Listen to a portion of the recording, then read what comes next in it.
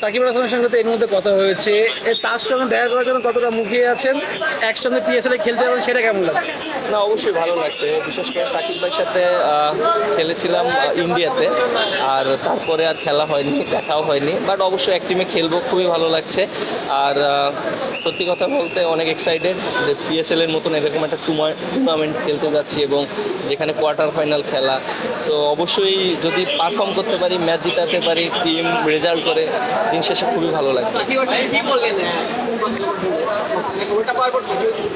না, কংগ্রেস জানিয়েছে যে তুমি আসো, দেখা হবে, কথা হবে।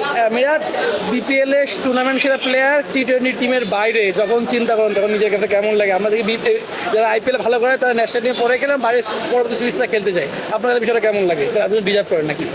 দেখেন, আমি যদি টি-20 স্কোয়াডে থাকতাম তাহলে তো আমার এই পিএসএল খেলা হতো না।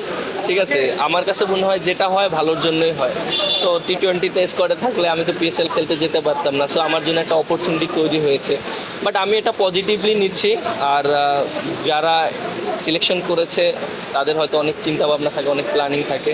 সো আমার কাছে মনে হয় যে এটা আমার জন্য একটা পজিটিভ। মিরাজকে নিয়ে কেন চিন্তাটা হলো না? মিরাজ তো ভালো করছিল, ভালো পারফর্ম করছিল। দেখেন, এটা অনেক আমার চেয়ে তারা এটা ভালো বলতে পারবে তাদের প্ল্যানিংটা কি। সো আমার কাছে মনে হয় যে তারা যেভাবে চিন্তা করে হয়তো বেটারমেন্টের জন্য চিন্তা করে, but end of the day প্লেয়াররা অনেক সময় খারাপ লাগে, যেহেতু আমি বিপিএলে ম্যান অফ দ্য টুর্নামেন্ট হয়েছিলাম, তারপরে বেশ কিছু টি-20তে ভালো করেছিলাম। সো ঠিক আছে, মেনে নিতে হয়, ক্রিকেটে অনেক সময় অনেক কিছু হয়, বাট আমার কাছে মনে হয় ওভারঅলি যে আমি সব সময় পজিটিভ চিন্তা করি এবং আমি পজিটিভলি নিয়েছি জিনিসটা। আর আমাদের বিপক্ষে যে ম্যাচটা হারলো বাংলাদেশে, কোথায় কোথায় ল্যাকিং দেখেছিলেন, কোথায় কোথায় কমতি দেখেছিলেন, এই হারটা না আপনি কি বলবেন? না, অবশ্যই আমার কাছে তো খারাপ লেগেছে। অ্যাজ এ প্লেয়ার হিসেবে আমরা যখন হারি তখন তো সবারই খারাপ লাগে, আর প্লেয়াররাও ওদেরও খারাপ লেগেছে। বাট আমার কাছে মনে হয় যে ঠিক আছে, যেহেতু সামনে ওয়ার্ল্ড কাপ, এশিয়া কাপ আছে, প্রিপারেশন নিচ্ছে, সবাইকে অপরচুনিটি দিচ্ছে খেলানোর জন্য।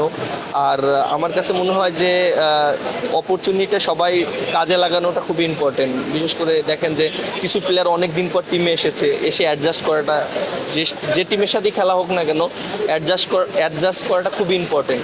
সো আমার কাছে মনে হয় খুব তাড়াতাড়ি সবাই অ্যাডজাস্ট করতে পারবে। দেশের বাইরে প্রথম ফ্রাঞ্চাইজি লিগ খেলতে যাচ্ছেন, হয়তো এলিমিনেটর, কোয়ালিফায়ার কিংবা ফাইনালেও হতে খেলতে পারেন। যদি সুযোগ পান, নিজেকে কতটুকু আপনি ডেলিভার করতে চাইবেন?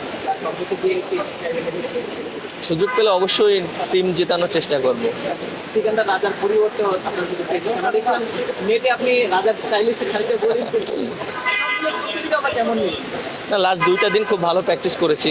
প্রথম 3টা দিন তো আমি রেড বলে প্র্যাকটিস করেছি। যখন শুনেছি যে পিএসএল খেলতে যাব, তখন 1-2 দিন প্র্যাকটিস করার চেষ্টা করেছি, আর সাদা বল নিয়ে ব্যাটিং করেছি, বোলিং করেছি। প্রিপারেশনটা ভালো হয়েছে। এখন ওখানে যেও প্র্যাকটিস করব, প্রিপারেশন নিতে পারবো, টিমের সাথে অ্যাডজাস্ট হবে ইনশাআল্লাহ। ওর সাথে কথা হয়েছে, টিম সম্পর্কে জানতে পেরেছি কী রকম কী, ও আমাকে খুব ভালো হেল্প করেছে। না, অবশ্যই ভালো লাগছে। অপরচুনিটি এসেছে, অবশ্যই আমার কাছে খুবই ভালো লাগছে। আর যেহেতু আমি জানতাম না, আমার যে ম্যানেজার পলাশ, ওই আমাকে খবরটা দিয়েছিল। ও বেশ কয়েকদিন ধরে যোগাযোগ করতেছিল, পরে হয় 2-3 দিন হলো যে এরকম কনফার্ম করলো। বাট সত্যি কথা বলতে খুবই ভালো লাগছে। আর যেহেতু পিএসএল এর মতন একটা টুর্নামেন্ট খেলতে যাচ্ছি, এটা আমার জন্য অনেক ভালো এক্সপিরিয়েন্স দিবে ভবিষ্যতে আমার ক্রিকেটের জন্য।